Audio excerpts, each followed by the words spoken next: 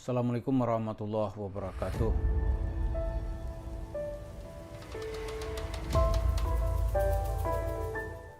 Para pemirsa, kembali kita bahas Yusuf Mansur yang terus-menerus gamang di dalam memasuki dunia politik.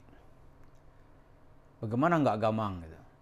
Dunia dakwah baru saja dibongkar oleh masyarakat kebobrokannya.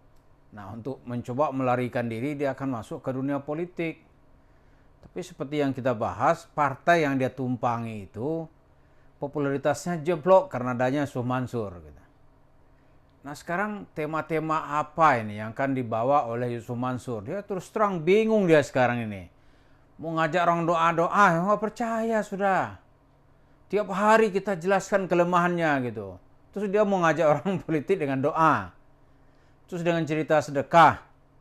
Karena yang terbayang oleh Yusuf Mansur sekarang ini, dia tuh akan dibantu Tuhan untuk lolos ke DPR. Coba benar nggak Tuhan mau bantu? Gitu. Itu caranya gimana? Ini kan bukan urusan urusan quote and quote dengan masalah agama gitu. Ini kan masalah duniawi, di mana seseorang itu harus mengikuti aturan-aturan. Jadi kebohongan yang dia ceritakan selama ini akan terbuka. Misalnya nih, mau nyalek cukup sujud saja, itu omong kosong itu. Nah, sementara caleg-caleg lain nanti itu akan berlomba menawarkan mengapa mereka harus dipilih. Misalnya nih ya, ini partai yang sudah mapan, yang saya tahu benar ini, dia akan menawarkan bagaimana bangsa Indonesia ke depan ini itu bangsa yang cukup gizi. Ya kan, cukup gizi, cukup protein. Itu dibuktikan dengan peningkatan masyarakat itu memakan daging per tahun. Kalau sekarang ini kan begini ya. Dalam standar dunia maju, itu per orang memakan daging per tahun itu kira-kira 20 kilo gitu. Nah, di tengah masyarakat kita yang terdeteksi itu rata-rata orang kita memakan daging per tahun itu baru sekitar 2,2 kilo.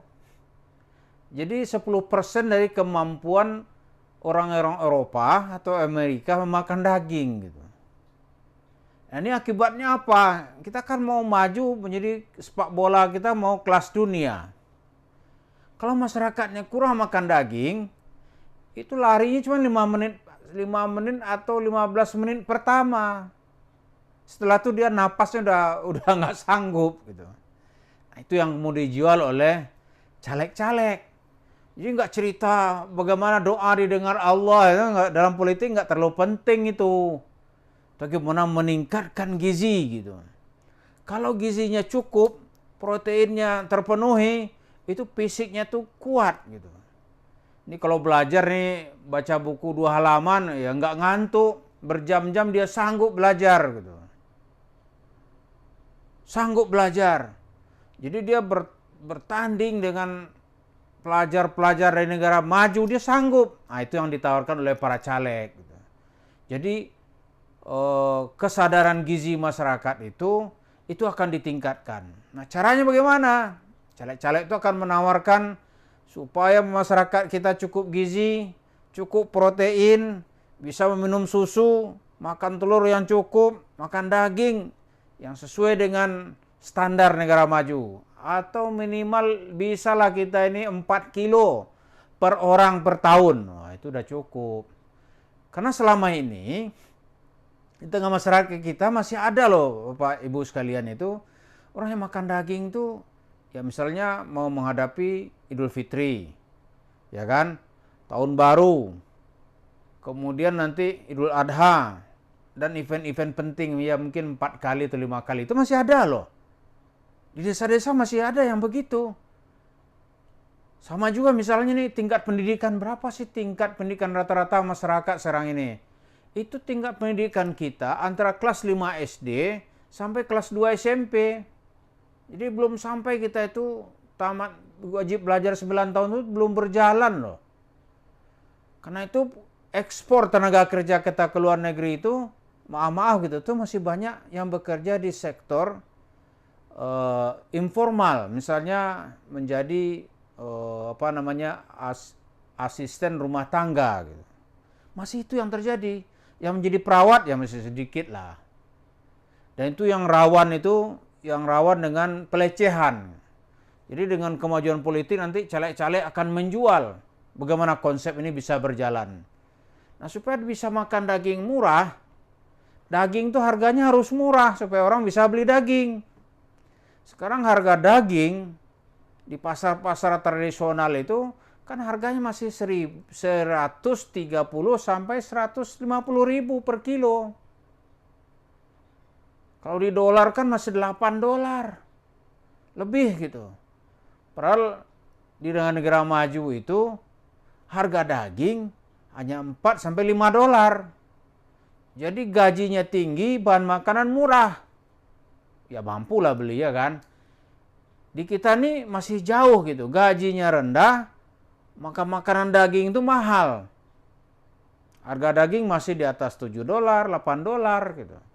Kemana masyarakat cukup gizi? Nah, inilah yang akan dijelaskan oleh para caleg, mencari simpati masyarakat bagaimana supaya dia itu layak dipilih sebagai wakil rakyat.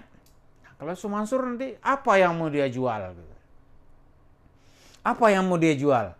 Nongol nanti dari tagih orang tuh, mana itu utangnya atau duit kami yang diinvestasikan, begitu-begitu. Karena Sumansur ini semua kalangan itu bermasalah dengan dia. Bukan hanya orang kaya. Bukan. Pedagang bakso, gitu. Pemulung, pengharip becak, itu bermasalah dengan Sumansur. Itu disikat dia semua. Terakhir tuh yang dia ribut itu tuh dengan Soeharto. Wah, itu kerjaannya kasihan kita dengan Pak Soeharto ini. Dia tiap hari jualan tuh jualan bakso. Tapi orang-orang ini juga di orang Betawi bilang diembat oleh Sumansur ini.